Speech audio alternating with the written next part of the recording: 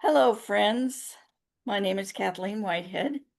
I channel usually the aspects of love, but I've also begun interviewing uh, who I call magic men, men who are practicing in metaphysical spaces, men who I've met either a long time ago or just recently, and I find them interesting, and I want you all to know them. I'm today I'm introducing Ryan Hagan, who is I met at a psychic fair in Indiana, and we hit it off immediately. It was more like a reunion than a first meeting. I expect that we have shared past lives together or parallel lives together. And we'll be finding out more about him. He shared a reading with me that was spectacular and very encouraging. And so I just I want to share my meeting with Ryan, and I'm going to start out by just saying thank you, Ryan, for being with us, and tell us about yourself. Yeah, thank you so much for having me. It's an honor to be with you again, and I can't agree more.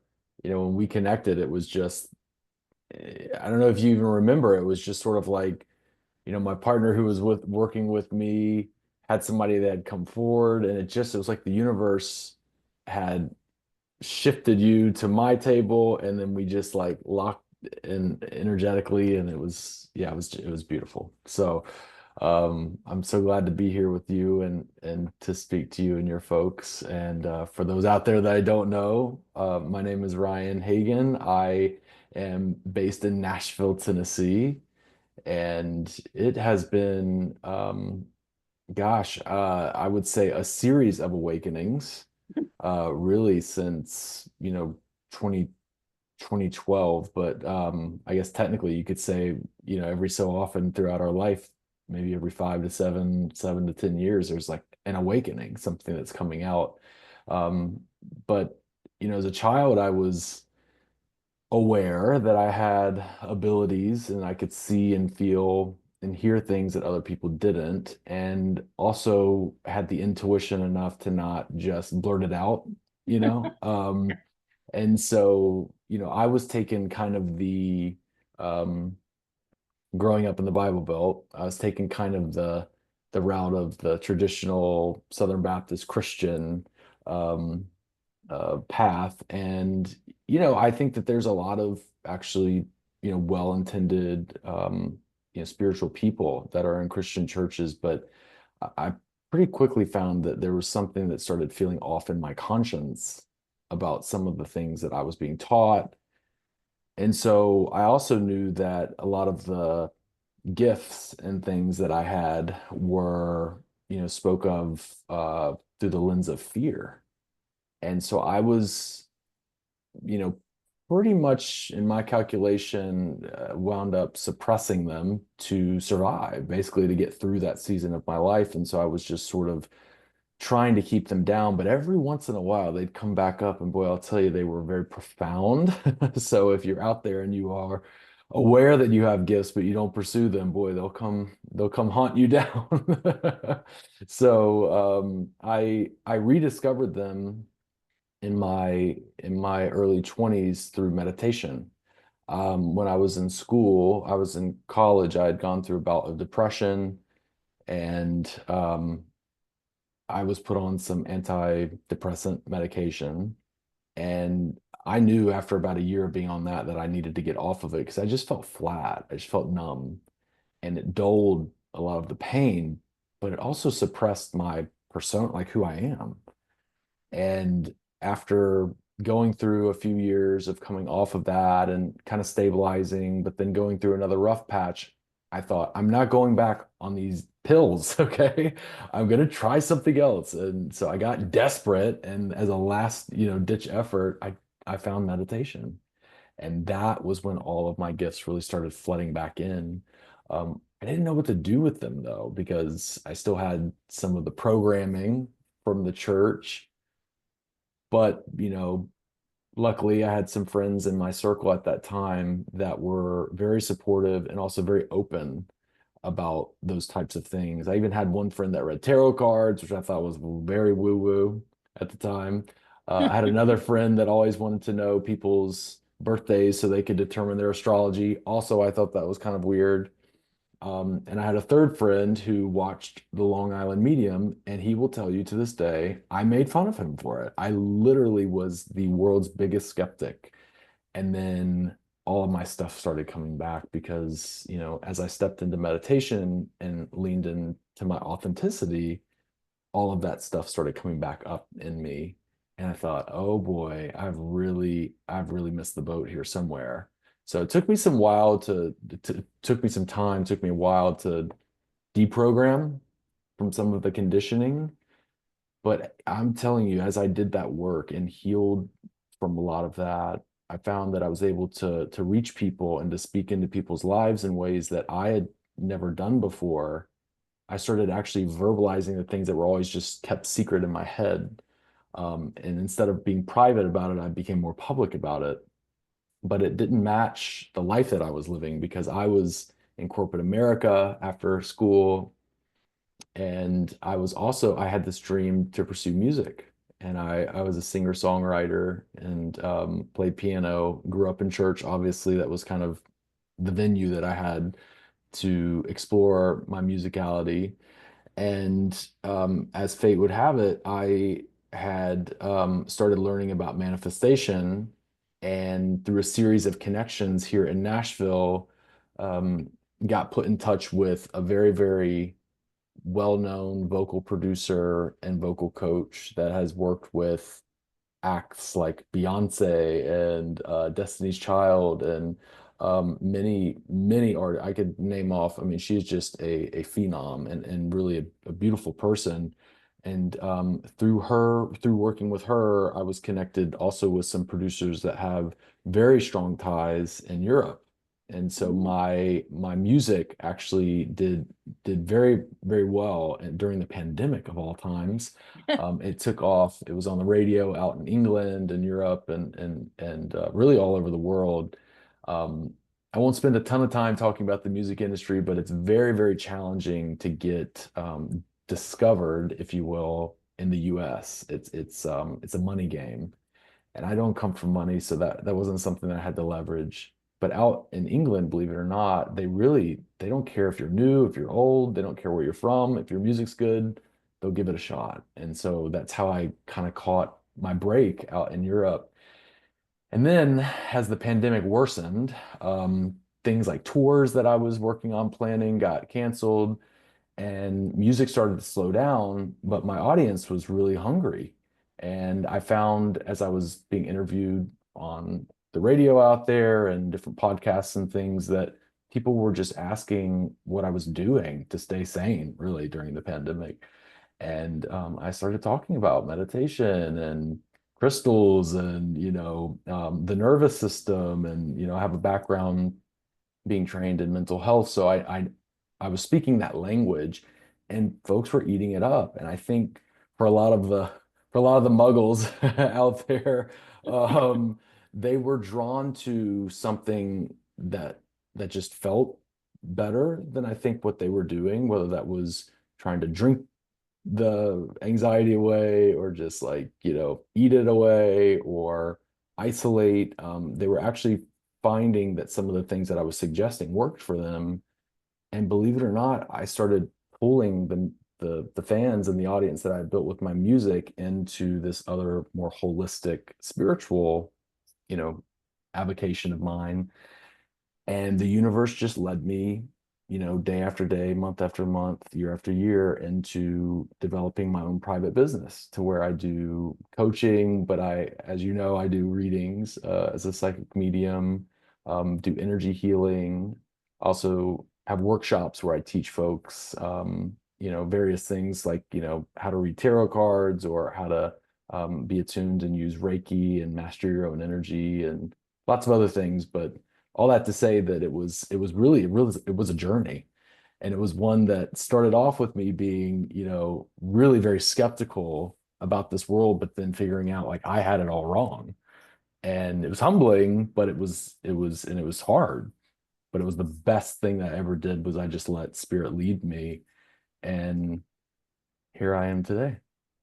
So that's a little bit That about me. it's very interesting. I find parallels and also contrasts with my own life Hmm. in that I did not grow up. I grew up in a church, and but the I it was a Catholic church, and I called myself eventually a convenience Catholic because I just believed what made sense to me Mhm. and just was very quiet about the rest of it. But I didn't know anything in my conscious mind about metaphysical, although I I never fit in. I always knew what people were thinking and how, there was just this there was empathy, there were things that I didn't know were anything special. I thought everything that happened to me was normal. Um, and then I had a crisis in that I was married for a long time and then became suddenly single. I thought we were happy, so I have nothing to complain about. But that next morning, what I realized is I did not have any idea what I wanted to do to how I wanted to spend my day Hmm. because I'd always been with him and he was a musician. He still Hmm. is. But so music was part of my life too. But one of the things I realized, I didn't know what kind of music I wanted that I enjoyed. And that was the scary part that I didn't know who I was. Hmm. So I believe that was a magic for me to recognize that I needed to do this work. And then I spent 10 years unpacking uh, this lifetime's baggage. I'm still unpacking it. And then at age 60, I was introduced to a woman who said to me, "I see your soul and your angel wings, and you're not who you think you are." After I had spent 10 years figuring out who I was. But so then that's when my journey started. That's when I began to experience, or at least notice that I was experiencing things. Hmm. So, sort of the same beginnings, but then and like you said, so many awakenings during life that you don't even recognize this is something. But I have some memories of really odd things happening. Like I remember walking down the steps when I was 16 years old and deciding I don't want to be angry anymore. Now that's weird, isn't it? That's kind of That's out there, but it changed my life. But it didn't introduce me to the spiritual stuff. mm, I still had a lot of work to do. But so you in school you were studying psychology, is that right? Or yes. behavioral health or Yeah, something like that? communications and social psychology. Yeah. That's a perfect background for what you're doing. Thank you. And and and I have to say you do it well. I didn't know you coached. So how do you coach? What's the way that you coach? Yeah, well, one of the beautiful things about it is that I can kind of speak both languages, Uh-huh. so somebody comes to me a skeptic, I got you. I can totally speak that language. I understand. We'll keep it about what feels safe to you. If it's anxiety that you want to work through, or it's a relationship issue. I work with couples sometimes too. It's like I can do the Western stuff and I can speak to people in that language.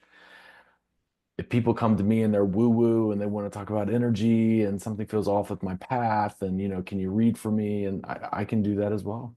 So it's sort of um unique in that way that I think is very it's interesting because I've always had this passion for trying to meld the two and make each side see that they're saying the same things, just using different words. Hmm. Um, so in my sessions, it's really just a matter of which language I'm speaking to that person, and Hmm. I try to meet them where they're at. And I bet you understand that, but bet also a lot of people in your audience understand that, we often have to leave our center to kind of go visit people where they're at. Just remember to come back home to your center so you don't start thinking like them. But it's like I had people that I found awakened through tackling depression, you know, Oh, absolutely. and so they didn't need the tarot cards and the energy healing and all that stuff straight away. They needed somebody to just meet them where they were at, Hmm. show them love, be kind to them, give them some tools, and create a safe environment for them to start, expressing rather than depressing. And so that is a certain type of client that I'll find comes to me. But I also have a lot, and actually more and more what I'm finding is a lot of people who are light workers that come to me and they're just burned out. It's hard out there. And I think healers need healers. And what was so beautiful about our exchange when we first met is we started pouring into each other. It just was natural for us to do that.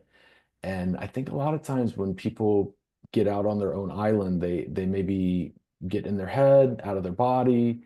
They may get a little off kilter, off center, and so then they'll start to see that that develops into a pattern. And it's like, okay, let's talk about how we can rework that pattern. And a lot of times the folks that I find that are highly spiritually gifted, that's the number one thing that I see is that they are out of their body. So, God made me a Capricorn and a Virgo rising. So I guess that is part of my thing is to help people get in their body so they can, stay grounded and centered. But no, so I kind of see a little bit of everything though. I really do. And it's people that come to me for coaching will then open up and they'll want to learn about the intuitive stuff. And then the folks that come to me for readings will go, gosh, I don't need a reading every week, but I think I need to like be here to be able to have a place to just talk things out. Exactly. Okay, let's do that. And don't you think that it's magic how we are prepared for the clientele that we're supposed to help? I know that I was a full-on muggle for the first 50 years, then 10 years in between, and then I am no longer a muggle, Mhm. but I do understand where they're coming from, and I don't judge it that they don't, one time a fellow light worker, who was talking about people not being awake, he said something about, "I could just slap them," and I thought, "Oh, that's kind of violent." You know? But, but I take the I try to understand them, and I do not give them more than they're ready for. I let them kinda ask me. I mean, if they come for a reading, there's several different kinds of readings, like, if they've come to connect with their loved one that's deceased, that's the kinda healing they need. But I'm finding more and more that it's not about that. And they don't even know, but they are coming into their gifts, and they're confused about it. Absolutely. So, and so I do some mentoring. I don't it's not coaching, I'm just mentoring just that one Yeah. thing, but I do feel like I was prepared to work for a different clientele than you are working with, and Mhm. you were prepared differently. And I think that that's how each and every one of us who are practicing, we have our skills, and every single one of those skills is needed for whoever we are meant to reach. And I didn't, my training is in accounting. and I was an accountant for 42 years. Ah, I was not a natural at it, but I developed an ability to do it well. But thank goodness I now figured out who I really am. yeah. And it only took, well, I'm 77, so, and I'm still figuring that out. So, Same here. Yeah. so eh, delve deeper, a little bit deeper into the magic that you share. You're a medium. And how does music, because you you are, your card says the music medium. Mhm. So tell, what's that? Yeah. Does medium music play into your Yeah.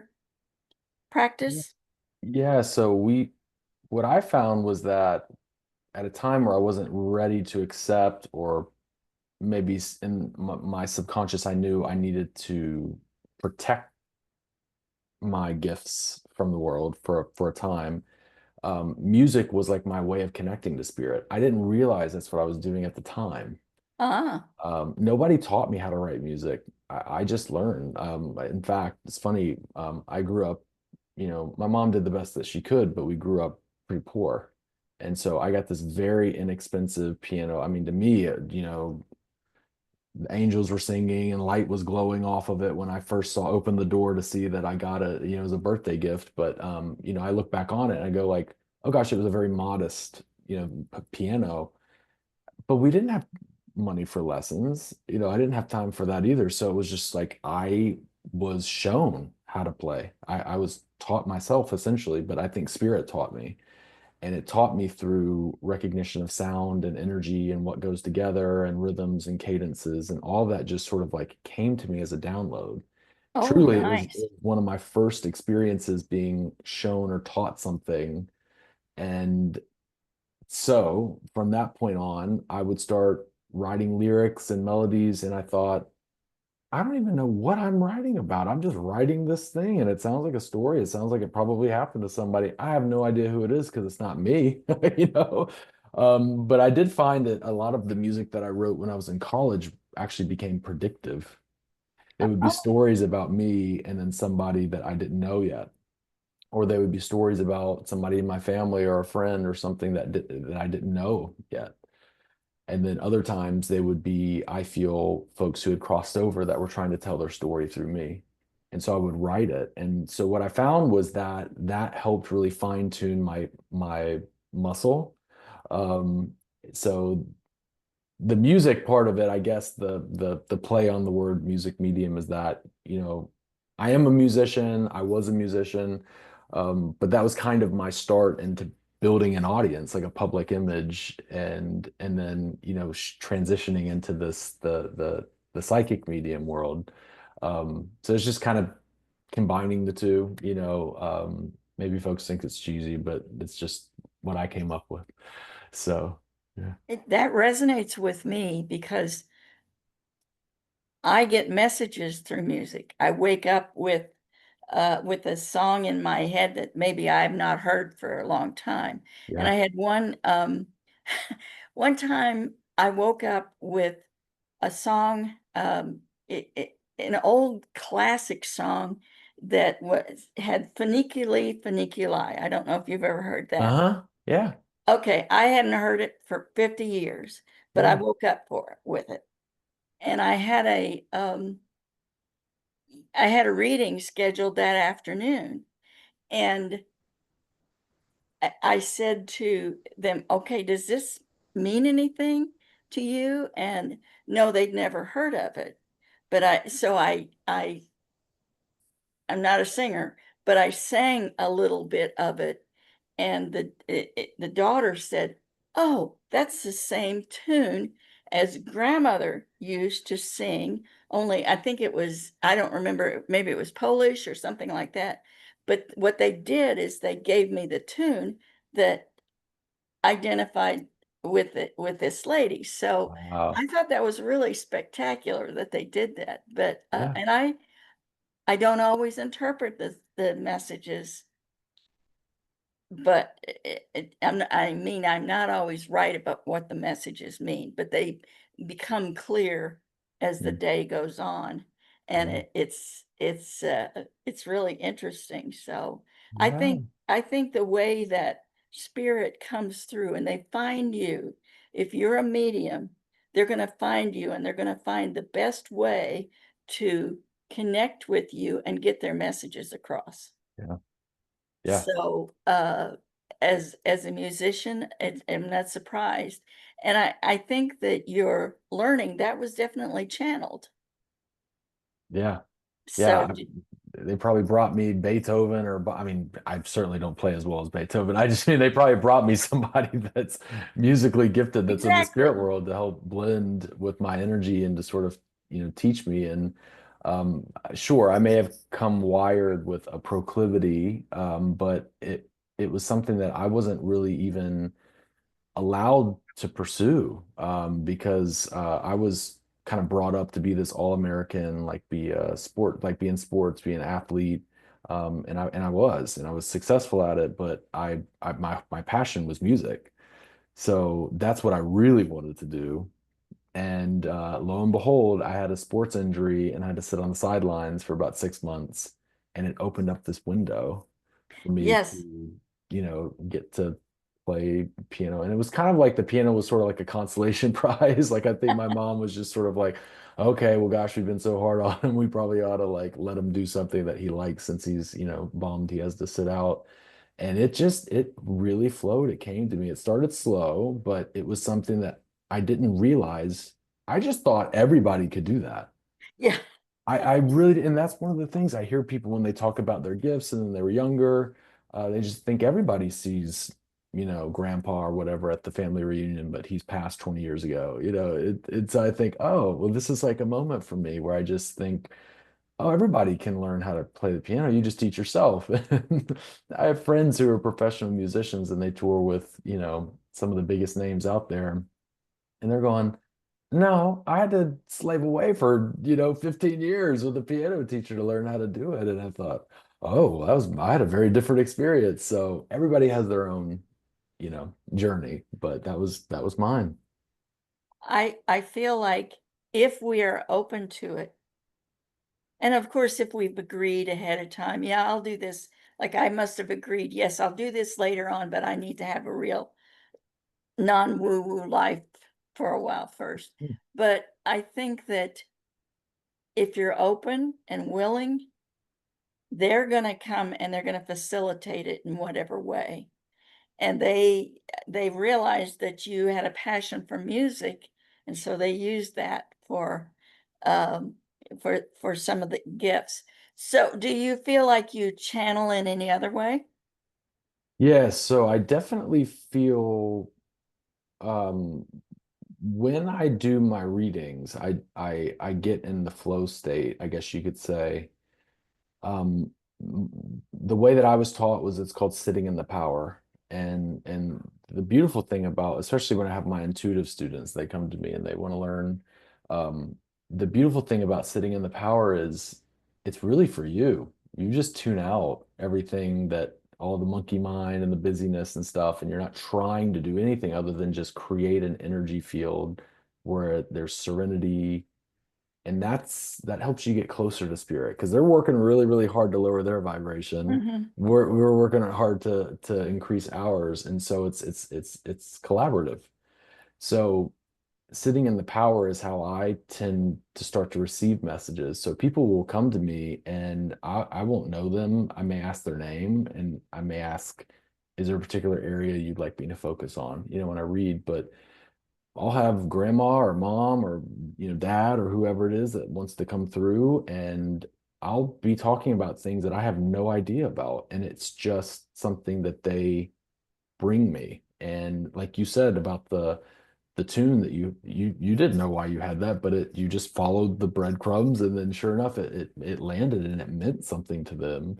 And what a fascinating and creative way that happens. So it's for me, channeling is something that almost feels like it's just shifting my energy into a state where I'm still Ryan, like I'm still me in my center, but I'm having another energy that literally comes in and blends with me. Yeah. So um, That said, I find that I get a lot of messages when I exercise and I'm moving. Oh, And it's like almost like my mind stills and I think my vibration increases when I'm moving and there's something to that because I'll have friends that I have read for and I'll say, "Hey, your grandmother wants me to tell you da da da," and I'm like walking on the treadmill or something. It's just so funny how that works too. But yeah, so I will have to try that. yeah, it's fun. It's fun. It's like driving, when you just have that windshield time and you're kind of not thinking about anything and just stuff starts to come in. Yeah. Yeah, I one time uh was driving home and found myself driving west instead of east. And I was already halfway across Indianapolis. Oh, And I thought, okay, where do you want me to go? And I ended up going all the way to the west side and got messages and delivered messages from a young man who had been killed in an automobile accident. And that wow. and I don't often remember. I remember the spirit, but I don't necessarily remember what they told me or what they asked. Same. But I know that I connected with his cousin that day when I went all Mm, the way. Then his mother contacted me. Then his fiance contacted me. So I know that he was desperate to connect to those people, and he made me drive the wrong way, and I knew my way home. yeah. But I just and he took away my concentration because I'm just driving along without even any thought, and I noticed then, "What am I doing over here?" But, um, so they work in the ways that they know they can, but they don't. You have to be open, you have to agree to do the work. They're not gonna come and make you do things, they do not make you do things. They might be insistent on getting a message, but you always have the choice. Right. And I think that, that's where some people's fear is, that they are afraid, that they'll lose their own. When I'm channeling, I have to ask my ego to sit to the side, Mm, which is what I do, and then the beings come through and channel through me. mhm, But I have made the decision to allow that. mhm. So Yeah. so you have intuitive students, Yes. and tell us a little bit more about that. Do they hadn't been using their intuition, or you teach them how, or Yeah. So I have some people that come to me and they know that they have moments where they get hits and they're aware that there's something that's there. And yet it's like they're sitting in a vehicle and they don't quite know how to drive it. Mhm, Where do I put the key in and how do I put it in drive? And so I feel like when I'm working with them, like a lot of times what I'm doing is just helping them to feel safe to where they can explore. Because as you said with the ego, one of the biggest things that we face as intuitives is a fear. We don't want to be wrong. Um, we also don't want to be wrong because we don't want to say something that might, cause the other person to doubt, or if it's in a sensitive moment, like they've lost somebody, we would sure hate to like create some sort of doubt or to add on to their pain. So a lot of light workers have fear because of the way that they know they can impact people. So what I do is try to make it like really safe, and we'll actually do, it's kind of like I was talking about with the body, like we really do a lot of breathing. We talk about, what comes up for you when you feel blocked, and a lot of times it's people go, well, ugh, gosh, I just don't want to be wrong. And I'm like, I know, but that's the price of admission. You're gonna be wrong. And it's okay. I'm wrong. Look at me. I do this professionally. I'm wrong all the time. And then especially if it's somebody that understands sports, I may use the analogy of like there are professional baseball players that make multi-million dollar salaries and they're hitting the ball 2 or 3 out of 10 times. That's as good as it gets sometimes for them. And I just think, gosh, I mean, psychics and doctors are expected to be perfect. And if you're not, oh, you're not good. It's just like there's just no, so yeah, fucking curse to hell with all that. It's just you're gonna get it wrong sometimes. It's okay. And so when we normalize that, what they start to find is that things they thought they were getting wrong just meant different things. Exactly. Yeah. So anyway, all that to say that I tend to, in the beginning, with people who are maybe inexperienced, but they know they have an ability, is really just let them find their own way. And then I'll tap into, we'll do some work around like which of their clairs really is strong. Um, People tend to want to use a clair that they don't have a strength in. It's like we always kind of want what we don't have, So I'm like, for example, I'm working with a client right now, and she really wants to see things clairvoyantly, but she feels things incredibly.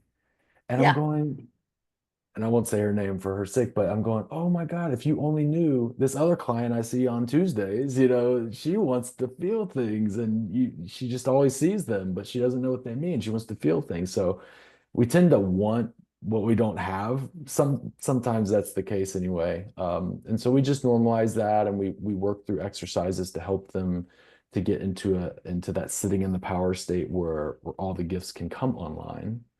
We're really kind of muting the ego. And a lot of times it's just doing that, is getting them into that place. I mean, there's techniques that, and I'm sure you know them, to where you can work No, with, no, I don't. well, there's techniques that people can explore, and it's not, foolproof, but you can explore different like visualizations if you're wanting to work on your clairvoyance. One of the things that I had the hardest time with when I first started was I would see things, but they would go in a flash. So then my teacher, she would literally take me through these boring meditations, these boring visualizations, but she would force me to like add on layers. Okay, see the ant that's in the grass. Now zoom in closer. No. See the droplet of water that's on the grass. I mean, it was just sort of like really, and it took time and patience, but your third eye, it's a muscle, and if you exercise it, it grows. And so that's the beautiful thing, is that you can practice at it, and there are ways to practice to improve it. And yeah, I think that the people that are, and I know you'll understand this, the people that we are meant to work with, they'll find us. Yes. So, if your strength is you can see things, or you can feel things, or you can hear things, or you just have clear knowing about things, claircognizance, the people that you can reach, spirit will bring them to you. So don't be afraid to start. That's And another and thing. that and I've asked for that. And I've actually said who I don't want to work with. Hmm. Uh like there are people who think they don't have any responsibility in fixing their life. I Mm. had somebody come to me and say, "You're my last hope." And I said, "No, I'm not. You are your last hope. I Mm. am not your last hope." Mm. And then there people who really just they don't want to hear anything. So, Mm. but Yeah. I know that when I first started and I first started getting messages and I didn't have any training, it was it just started. When it happened, it started, and I questioned myself, how do I know these things? Oh, Yeah. I'm making it up. Did you ever think you made it up yourself? Absolutely. All the And time. and I finally got to the point, well, where I had to tell myself, I don't have that good of an imagination Mm. that I can imagine things that this person whom I've never met knows about. Mhm. That I'm not that good. So I had to come back to that. But I also, when I first started, I was always in restaurants, and somebody would come to me, and I made a deal. I said, If you want me to give a reading or a message, you got to facilitate it. I'm not walking up to them. You make them walk up to me. And they did. And it was silly the things that they would say. I always say several people came up and complimented my hair, and I thought this got to be a message. This is because there's this is all it is. But Yeah. it's you do have to you have to keep doing it. You have to agree to do it. Mm, You have to and setting your boundaries of who you do want, who mhm, is invited. And then for me, it's being open to whatever they want you to do. You always have a choice. There are things I'm not interested in doing because I do not want to be the show. mm, I want to be the healer. mm, I want to be the helper. But I wouldn't there are things that happen to me that in the old days people um it was the show. yeah. I'm a physical medium, Mhm, which means I produce something that spirits can use, and sometimes faces show up on my mhm, face. yeah. So I don't, I had one person that happened, and it was a full Sasquatch. And then I had somebody else that knew him, and I hadn't shared it with anybody, but he called me up and said, "You have to put this on YouTube. You're the missing link." And I'm thinking, you have no idea how this works. And I had to block him. So Oh, uh, yeah. he got very rude. Mm, But it's a gift. It's something. It is a way that I can help people. yeah. But I don't want to. I'm not an entertainer. Yeah. So That is one of the most, it's so interesting because right before you started on that thread, I had this thought of saying something about the struggle with, entertainment versus the healing that comes out of it. And yes, I can pull in names, and yes, I can say things that people have said before. And when I say yes, I can, what I mean is they help me, they give it to yeah, me. Um, like, yes, I can be a clear channel for things that may themselves be entertaining, but it's not meant just to give somebody a quick dopamine hit. It's meant to give them evidence, evidential mediumship or evidential psychic information. Um, and it's always designed for somebody's growth and healing. So if something is really profound and somebody's jaw drops, like wonderful, but that, to your point, is not about me. It's about what that translates into that person, because that person will walk away believing now that there's more to life than just the five senses, which is kind of my definition for spirituality. But it's like I think there's this profound thing that you just hit on, which there are a lot of folks who feel like they may not be really flashy with their gifts. And it's like you aren't called to be flashy. You're called to just to show up and to use your gifts. That's what you agreed to come here and do. And when you do that, you will feel so good. I tell people I feel so selfish because doing this work, I feel amazing all the time. It's like these lovely folks from a perfect place get to come in and share their love through me, and I get to feel that.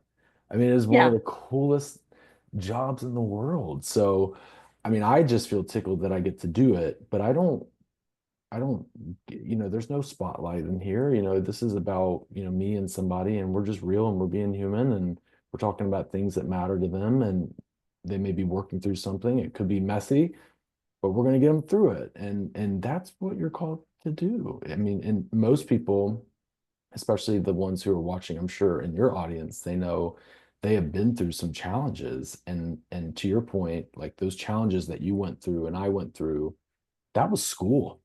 That was the universe taking us through our PhD program to get ready to be able to serve others. So you're going to attract in people that are meant for you that can receive a message that their lives can change because of you. You don't have to be on a stage with 10,000 people. It's not about that. In fact, I don't really like that. I mean, I've done audience readings and stuff before, and there's an adrenaline rush to it and all of that, that's enjoyable to be able to be with a large group. It's a fun change of pace for me, but I don't know that I could do it all the time and just do that and try to, get ratings or something. That's just not me. Speaking of doing the large groups and so forth, when you do your work, does it wear you out? Does it take a lot out of you physically? A good question. I think it really depends on, well, I think my experience is that sometimes I've walked away feeling energized, and then sometimes I'm working with some folks who are really in a heavy energy. I can even walk away from a reading one-on-one with somebody, and it's just me and just them. Hmm. And I just go, oof, I really had to leave my center to go meet them where they're at, and they are Hmm. not in a good place. So I needed to go take care of myself. It can be draining. I tell my partner, I say, it's like, I'll be back. I'm going to the spiritual ER. I'll see you this evening. It literally feels like sometimes folks come to us on life support, and they've tried everything. They've gone to doctors, they've gone to therapists, they've gone to you know, hoodoo healers or whatever. No offense to any of those, practicing professionals, but it's like whatever they've tried it, and then they come to us, and then they say to you, "You're my last hope. I'm desperate." And it's like, okay, well, we're already working with the energy of desperation, so let's patch that up and shift that, and then let's get into what the fear is underneath that. And it is a delicate space that we have to balance our own stuff kind of being placed to the side, having spirit come in, managing the work of managing the person that's sitting in front of us. It's a lot. It is a lot. So it can be draining. That's why it's so important to stay embodied so that we're not up in the ethers all the time. Oh, but I like to do that. I know I do too. I wish I could just do it and never have to come back down. But yeah, Yeah, we have to live our lives and pay our bills and I know our kitchen floors. it. That's right. But I know that for me, a lot of times I am exhausted Mhm. and sometimes I am energized. And I don't really do this kind of reading that much anymore, but if it has been a really heavy energy person, that settles in my knees and I can barely stand up after a reading. I Wow. know, so I have to basically ask the energies to leave my physical body and I just have to walk around, but Mhm. I know when I've picked something up. Now, what about the current energies of the sun and the cosmos and all that? How is that Oh, yeah. affecting you? Yeah. Well, I am certainly no pro at astrology, but I have a dear friend, also named Ryan, and a new friend that I've made named Cam. Both are astrologers, and gosh, what I've learned from them about this year is there are some historic, and I mean once in a lifetime Yeah. transits that have happened, depending on the form of astrology you follow. And again, I'm not the expert, but I do know it. We just had Uranus that moved into Gemini. And so wherever Gemini is in your chart, for those listening, you may want to go check that out with an astrologer to see how you're going to be impacted, because Uranus does not come to play. Uranus is that shock and surprise, particularly if it's an area of life where we're resistant. And it's something that, somebody can be working that 9 to 5 job, and then it can move into your house of work because for the last 7 years, Spirit was kind of go, knock, knock, knock.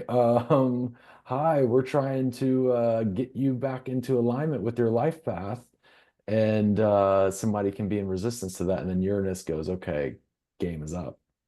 And I so, know only enough to be um, dangerous to myself. yeah, But I did a spreadsheet. I was an accountant, so I did a I love spreadsheet. that. And my Uranus is at 22 Gemini in the house of home and family.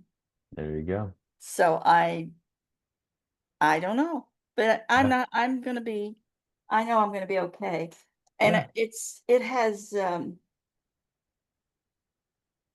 I started following astrologers and I started studying. I didn't get very far with the traditional. Then I heard about galactic astrology where they have Mm. all of the newer planets, the dwarf planets and Hmm. asteroids. And I'm particularly interested in Salacia because that planet is associated with light language, which is something that I do. Um, But then after that, I just learned about esoteric astrology, which centers on the soul.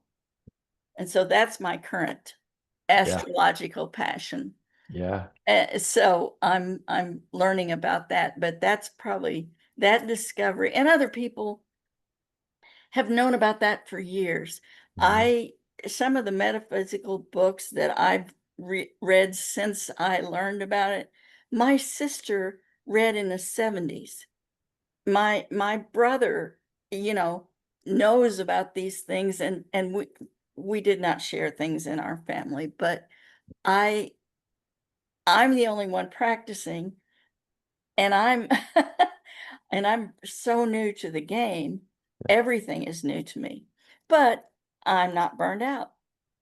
And I Yeah. think sometimes people who've been doing this 40 or 50 years can get burnt out. And to me, yeah, there's kind of an old school, but there's a lot of new stuff out there Mhm. that because things are changing. Yeah. Do you have any thoughts on how, when the earth is changing? What do you think about the new earth and all of that? Yeah, I've had some very interesting inner dialogue about that. Yeah, I have. I mean, I think it's profound that we have an increase in the rates of autism and that Yes, we and yes. that we are categorizing that as a disability or an ailment. But yet, anytime I ever talk to people that or listen to stories of people who've encountered, extraterrestrials, they always speak telepathically. And I go, is this an ailment or is this our genetic expression, mutating and evolving? As I'm saying that, I'm getting chills. So I almost Yeah. wonder if there's something to that. Um, That is, they're here to teach us. yeah, We have we have misunderstood and diagnosed something yeah. that is the soul and the intelligence and the connections that we all wish we had. Mhm. That and have you heard about the studies about water and the consciousness of water? I have. There was some time ago I read I think it was an article about there was a maybe like a Japanese Yes, scientist or something that had noticed positive intentions toward water when frozen would form these geometric shapes that were beautiful and it's something like that. Am I yes, right? Okay. it's gone way further than that. Oh, okay. There is a scientist by the name of Veda Austin. I think Okay. she's from New Zealand, and she is studying the latest and what water picks up. Like she can use a word in many different languages and use the same process where she freezes it and it comes back with the same symbol no matter what language. Wow. There's she the, sh- If you get a chance to look her up on YouTube, fascinating stuff. Wow. Fascinating. And I fully believe that water, of course, I believe everything has consciousness, Mhm. but if you think about water is everywhere in everything, and she believes that it is liquid light and that it is intelligence and consciousness. And it's just it's fascinating, Yeah. fascinating. And the one of the interviews that she did with Pam Gregory, I think it was, she was interviewing two of the autists that they were saying what water was, and I can't begin to quote them, but it is fascinating the connection that they have. Um, yeah, we are breaking so much ground with all of the new stuff that's being discovered, being shown to us, uncovered. And the astrology basically says that truths are going to come out. Yeah. There's So shocking truths, right? I am looking forward to that. And So and I also feel like, I'd be remiss if I didn't mention AI, you know? that's an interesting thing. What is your Yeah. take on AI? Yeah, and I think that that's, Pluto and Aquarius, Pluto Yes. breaking down old structures to rebuild them, and Aquarius being sort of the standout, or the unpopular kid in the zodiac, kind of the reject, so to speak, but like they're always on the cusp of the next. It's a very progressive sign, it's a communal sign, and I think technology is also inherent in it. So when I think about Pluto kind of breaking structures down to rebuild them, I think, oh, well, it makes sense that AI is taking off right now. Some people are convinced that it's going to become a form of intelligence. And I'll take the risk and say I'm not so sure about that. I think it is what we breathe life into it to become, which is why it's so important that I think the folks who are of the light right now are in positions to program it, and to sort of um, keep healthy boundaries around it. But that said, I feel like that may be something that could help us to understand a little bit more about the collective and how we pick up on things in the collective. Because AI, I'm convinced that spirit can connect with electronics and databases. And I mean, I'm telling you, it is almost every other reading. When I do a mediumship reading, if it's virtual, something will happen on the computer, or somebody's internet will kind of like get sketchy for about 3 seconds, or it could even drop and we have to come back. And it's just like I'm so used to that, because spirit is a form of photon. It's like a photon, right? Like light, Right. particles of light in quantum Right. physics. And there have been studies about this where there's a gentleman, Gary Schwartz. He's a PhD. Yes. I've Yeah. So you know about Gary, and he's at the University of Arizona, I believe now. He used to be at like Harvard and Yale and every, and he kind of committed career suicide in the Yeah, last I season don't because know a whole lot because it's been a while since I watched him, but I'm familiar with the fact that he did that, that yes. he And jumped ship and is now uh investigating woo-woo yeah, scientifically. consciousness, and also essentially provided a form of validation that consciousness does exist outside of the body. And he's done that through experiments where he tests telepathy, but the most fascinating ones are where he's done it using mediums. And Oh, so it started by having a medium sit in a room, and they had this very expensive piece of equipment that measures particles of light. And so, of course, when a mhm. human is in a room, because we do exude that heat, infrared or whatever light, like that is going to be measured and be part of it. So they kind of get a baseline. But then what they do is they have the medium then ask spirit to step forward and come in the room. And all of a sudden, Mm. And so then as they started distributing the literature and showing all these other, academics what they found, they said, oh, well, somehow the medium must be doing that with their Yeah. own energy. And so they go, okay. So they took the medium and put them in another building. And then they had the equipment in the empty room. And then the medium said, please go into the room where they're measuring the equipment and just let's talk, let's convene. And so the spirit would come in and it would go up again. So then they pass the literature on to the naysayers, right? And they go, this can't be right. This can't be right. The materialists who they just can't believe it. And so they go, well, this, that, and the other. And so they did another level. And so what they did was they said, okay, the medium is going to tell the spirit to come into the room between 1 a.m. and 3 a.m. And everybody's going to be in bed. Everybody's going to be sleeping. And if indeed from the baseline it jumps up again, we will know that there's no way in the world we could be making this up. And what do you know? The rates of the quantum equipment picking up the photons increasing between 1 and 3 a.m. or whatever time it was.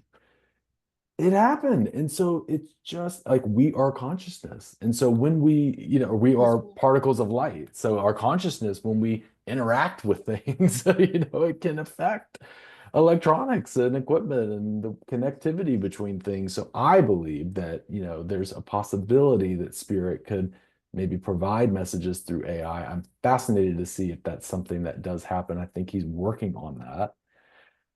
Like, Well, really, what is the difference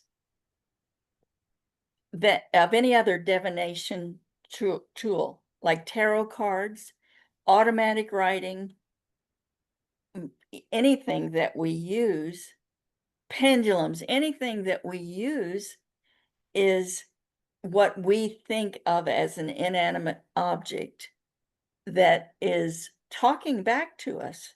mhm, So I don't know. I am not, I use it for factual kinds of things.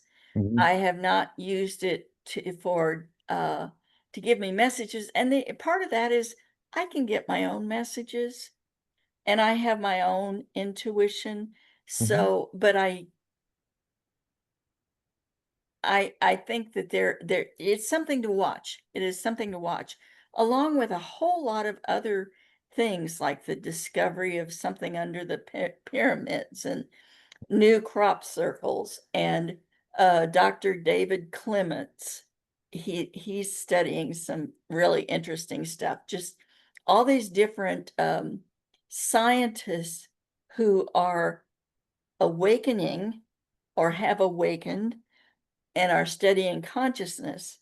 And science has for too long ignored consciousness because they didn't understand it. So they took it out of the theories. But we won't, until we look at the whole picture, we yeah, won't know. yeah. So, well, that's an interesting thing. I think we could probably just talk about all these exciting new developments I and know it. swap stories of what this all the new things. I know for me, I'm experiencing changes that are unexpected for Mm, me in that, I've always had a sweet tooth. I've always just eaten whatever. And probably about maybe 6 weeks ago, I just one day I got the message, no more processed food. And I wow. stopped eating processed foods. Now, not completely because I still, there you can't I'm not much of Yeah. a cook, but that happened. And also, um, I have begun acting like I'm in the new earth. Mm, I'm now in a gifting economy for myself rather than a financial economy. mm, And I mean, I still have to pay bills and all that, but I and I haven't worried about money for years and years. Mhm. But now I it's just sharing and Yeah. doing whatever. And but also the big part of that is the trust that I'm going to be taken care of, Mm. which I know I'm going to be taken care of. I know that there's enough of everything, and I'm going to have whatever I need, and I know that. Mm. That's powerful. I think that there's just like revelations that come in the middle of the night that have changed me, Mm. have changed how I think about the world. And I know that it's just going to get better. Mhm. So, but the energies have been kind of wackadoodle. They have. Yeah. I find very often that they just put me to sleep. But I feel like when spirit, s- basically they come and say, "Okay, it's time for you to go take a nap," and I'm out Hmm. immediately, and I know that they're working in some way with me. Yeah. Do you have feelings of, or do you know? Do you astral travel? Do you uh are you aware of those things? Yeah. Well, my experience with that in the just the sober state is profound enough. I do definitely have those experiences. Recently, I have been blessed to experience, plant medicine and ceremonies, and that has been absolutely just, it's eye-opening. And plants have consciousness, and I really Oh, I think believe everything does. I talk to trees. I've had trees talk back to me. So, I'm I am open to all, and seriously, because I think that there are, even if you just think about it from like a very linear, scientific perspective, people who do certain types of plant medicine come out of those ceremonies and they report seeing the same shapes and things and colors and types of entities and things. And so it's like you can see this recorded. That it's like there are your own universe or own world that you go to when you experience the medicine. And so it's profound. And I think that there's really something powerful that's coming through plant medicine and what it's going to offer people. Because we have so many folks walking around depressed, anxious, traumatized, stuck, and we have these medicines that are right under our nose. And I think that, people are going to be called to use those, and they're sacred. I think that I have a little different take. I think that if you're ready, and if you're kind of the right constitution to experience those things, if you're ready to experience those things, Yes. Yeah. but if you're not, it can go pretty haywire. Oh, yeah. Yeah, absolutely. And Yeah. so I think it needs to be managed by Yeah. whomever, Yes. and because if it goes haywire, that can be life changing too. Absolutely. Yeah. So, but and I'm a Sethi, and one of Seth's things, I don't know if you're familiar with Seth, but Please. um he basically said you really cannot take shortcuts.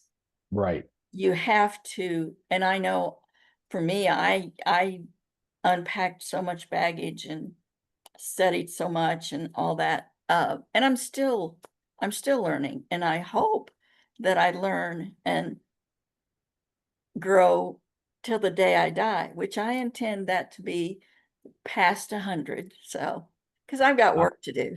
oh, you will. So, I Yeah. think that we're looking at many, many changes, and I don't think we can even really imagine. I think we could if they'd allow us to imagine it, but Yeah. I think they kind of want us to be surprised Yeah. at how good Yeah. it's going to be. Yeah. And I'm telling you, there's something about that Uranus and Gemini. I mean, there's an astrologer that I really respect, and he's shown the last few times, because it only happens every so often now. It's not a lot. So the last few times it's happened, like the American Oh Civil yeah, I War, and know. then before that, the Revolution and all of that. So I just think, oh man, we just Now, really, those of us who are here to provide healing and grounding, and we did almost you have to just be. see that thumbs up? I did. I don't know how that happens. It just I happened. don't either because I didn't touch my computer. You I didn't didn't know if touch that your was something. computer. Oh gosh, I'm sorry. I didn't know if that was something I did or you did, No, but I don't think either one of us did. oh, okay. Wow. There you But go. there's See, nobody else on here. I'm Hi, telling you, whoever it is. spirit. Yeah, Exactly spirit what were we talking about? Oh, you were saying the Uranus and Pluto or whatever. I in can't remember. Gemini. Yeah, You got the thumbs up. got it. That was a spirit message. Got it. That's it. And there was a an alignment that happened during at the Civil War that has not happened until now. Mhm. Yeah. And I don't remember what the alignment is, but there's also the seeds of the age of Aquarius happened in the 60s, just at the time that I was there. It was, and they were protesting, they were um, peace and love, and they were seeding what we're about to experience. Yeah. And Yeah. I, Yep. I, I think that's really thrilling.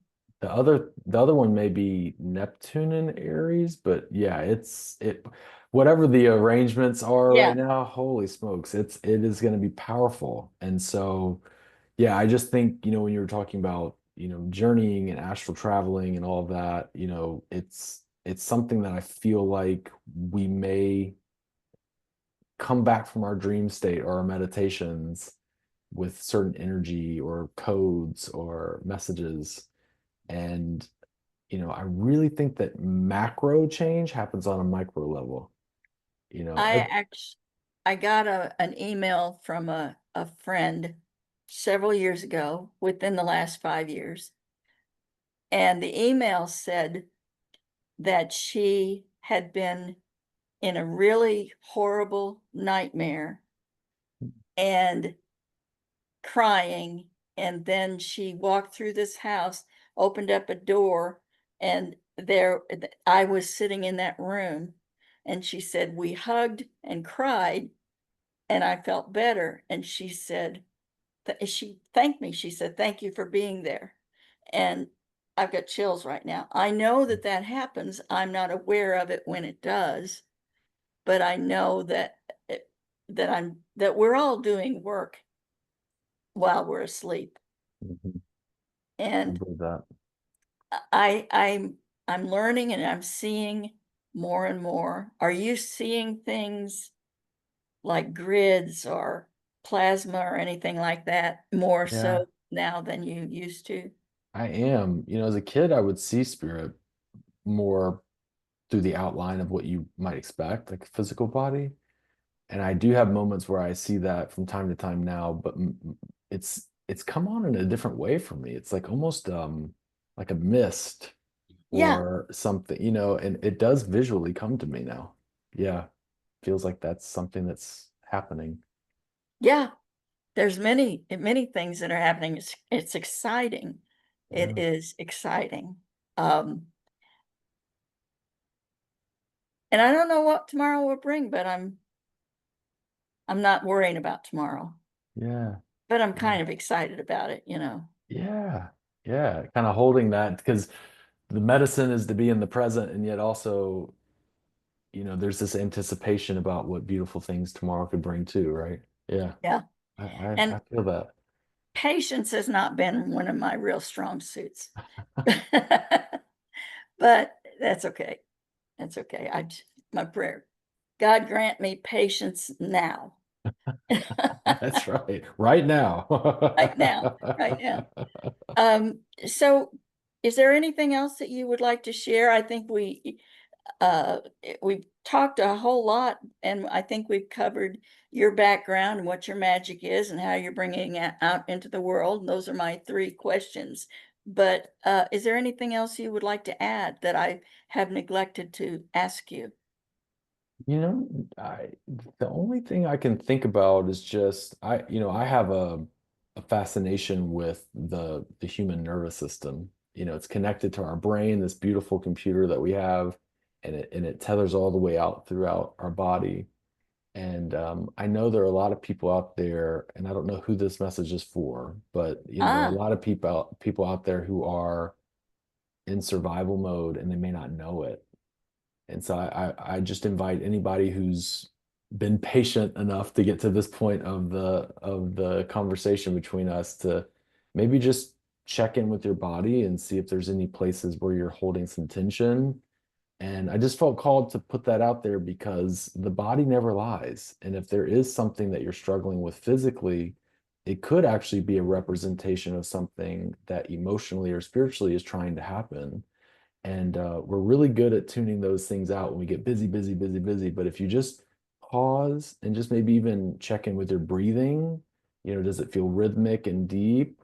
Or is your rib cage really tight? Do you need to take a deep breath and expand it? Because your body will reward you and it will really appreciate just checking in with it. And I think sometimes we want to go into the spirit world to bring in messages, and that is a reliable source. But also, our bodies can be telling us things too, because there's a lot of light workers who are stressed out right now. I just see it so much, and I myself have had to really, you know, check in with me a lot recently, and just take care of me, stretching, yoga, fueling your body with good nutrients, like you talked about. You had that download.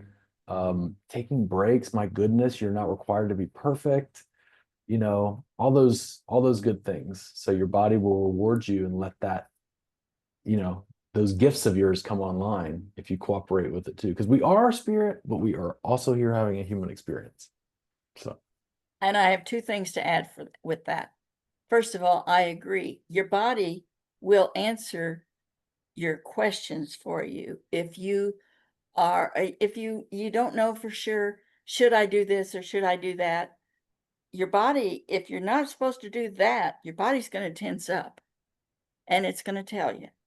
mhm, And but if you are, then it's going to feel relaxed. And I feel like if we just listen to our bodies, the answers are there. But you're mhm, right, we don't always listen to them. But on as far as the message that you just gave, I had an experience yesterday. I have had uh, a pain in my arm since the beginning of my metaphysical journey that comes up quite often. So I know that there's been a blockage there. And I had a memory come forward yesterday that connected to it. wow. So, and I know when when I have an illness, it's about releasing something physically. I have had um, bronchitis 2 times in my life, and it's been since this journey started. And the both times it was because I had a memory surface that I said the first time I said, okay, that happened 65 years ago. I am not going to go into a depression, but it was in my body, so um, I had to release it physically. So I got bronchitis, and I Mhm. spent and I knew the thing is I knew that that was about the memory that I had just allowed myself to have. Wow. And then I had a tooth extracted, uh, which under dental advice, I was told I needed to do this. It was traumatic, Mm. and what I knew was that there underneath that tooth was trauma Mhm, that I had not released, mhm, both mine and ancestral line.